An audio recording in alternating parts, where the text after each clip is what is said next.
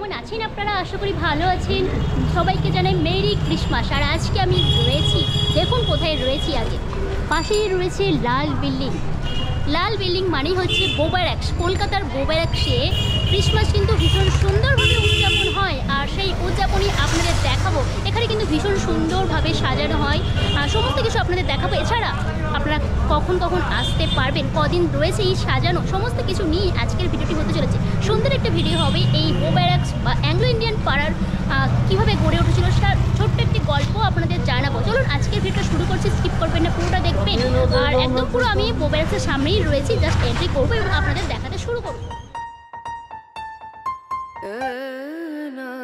বহু বছর ইতিহাসের সাক্ষী হয়ে দাঁড়িয়ে আছে এই লাল বিল্ডিংগুলি। কলকাতার বুকে বেশ কয়েকটা পরিবার নিয়ে গড়ে উঠেছে অ্যাংলো ইন্ডিয়ান পাড়া।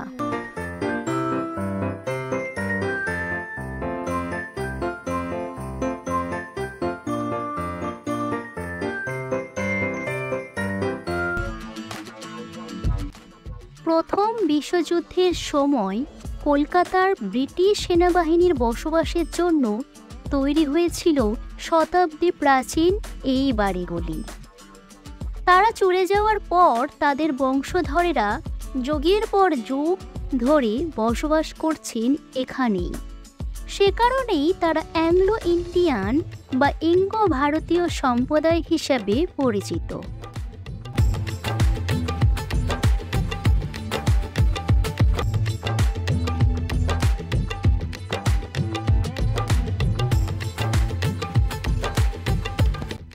আরও বিস্তারিতভাবে তোমাদেরকে এই অ্যাংলো ইন্ডিয়ান পাড়া সম্পর্কে বলে রাখি। মূলত ব্রিটিশ রাজের কার্যকলাপের আউটকাম হিসেবে গড়ে উঠেছিল অ্যাংলো ইন্ডিয়ান সমাজ, যাদের বাবা ইউরোপীয়, মা ভারতীয়। দেশের বিভিন্ন রাজ্যের মধ্যে শত্রুতার লড়াইয়ের সুযোগ নিয়ে ইস্ট ইন্ডিয়া কোম্পানির প্রতিনিধিরা সেখানকার রাজাদের প্রস্তাব দিতেন অস্ত্র প্রশিক্ষণ এবং যুদ্ধ পরিচালনা শেখানোর। সেই সব রাজ্যের রাজাদের অনুমতিতেই ব্রিটেন থেকে জাহাজে করে এদেশে আসত সৈন্যদল। তাদের কাজ ছিল স্থানীয় সৈনিকদের প্রশিক্ষণ দেওয়া। এইসব প্রথম বিশ্বযুদ্ধের অনেক আগের কথা। এই বিদেশ থেকে আগত ব্রিটিশ সৈন্যদের বলা হতো ইয়েলো বয়েজ, কারণ তাদের গলায় থাকতো হলুদ স্কার্ফ। কখনো কখনো টমি সোলজার নামেও ডাকা হতো। এই সব টমি সৈনিকরা সারা দেশে ছড়িয়ে পড়ে। স্থানীয় মহিলাদের বিয়ে করে দেশেই সংসার করতে শুরু করে এবং তাদের সন্তানরাই হলো দেশের প্রধান অ্যাংলো ইন্ডিয়ান।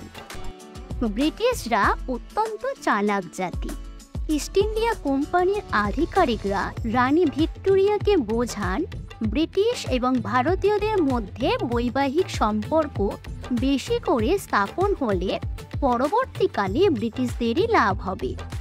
ব্রিটিশ শাসকদের ধারণা ছিল এই ধরনের বিয়ের ফলে যেসব অ্যাংলো ইন্ডিয়ান সন্তানরা জন্ম নেবে তারাই ভবিষ্যতে ভারতের ব্রিটিশ সাম্রাজ্যের সব কাজ সামলাবে এবং ভারতীয়দের দিকটাও ব্রিটিশদের চেয়ে তারা ভালো বুঝবে, কারণ তাদের মায়েরা ভারতীয়।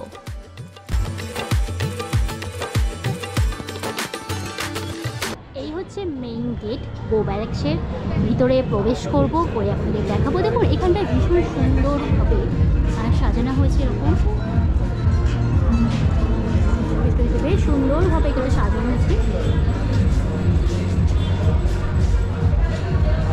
আর এই জায়গাটা যদি আপনাদের দেখায়, এরকমটা ভীষণ সুন্দর নীল একেবারে।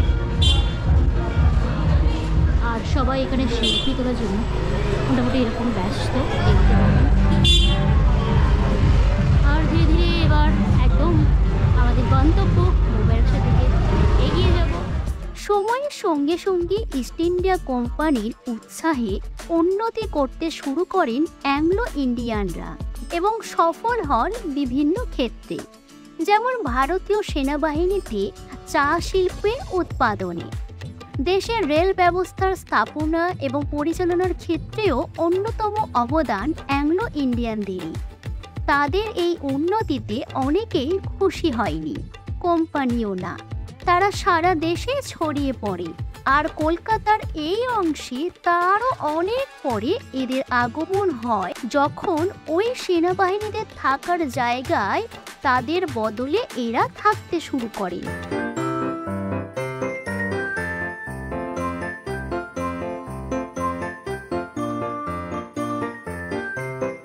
গড়ে ওঠে এই পাড়া। এদের নিজেদের ক্লাব, যেমন রেঞ্জার্স ক্লাব।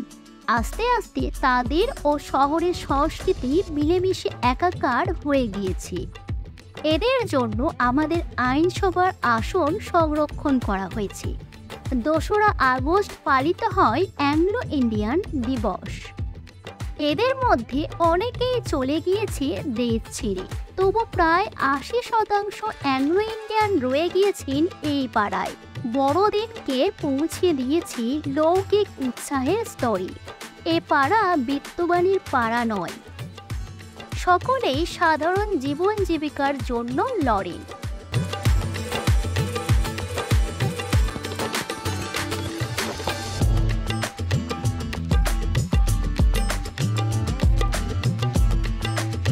লাল বিল্ডিংগুলো দেখতে দেখতে আমার একটা অন্যরকম অনুভূতি হচ্ছে, একটা ইতিহাসের সাক্ষী হলাম আজ। ভীষণ ভালো লাগছে এখানে এই পাড়া দেখে। তোমরা যদি এরকম ইতিহাসের সাক্ষী থাকতে চাও তাহলে অবশ্যই একবার বউ ব্যারাকস থেকে ঘুরে যেও।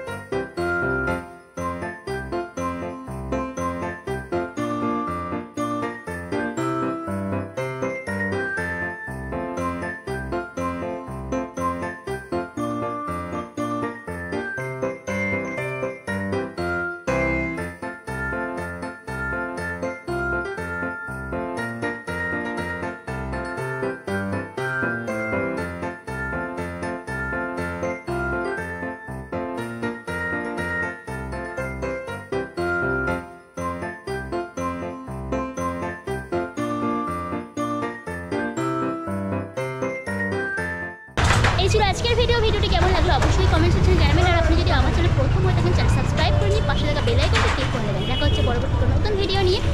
ভালো থাকবেন, সুস্থ থাকবেন, টাটা।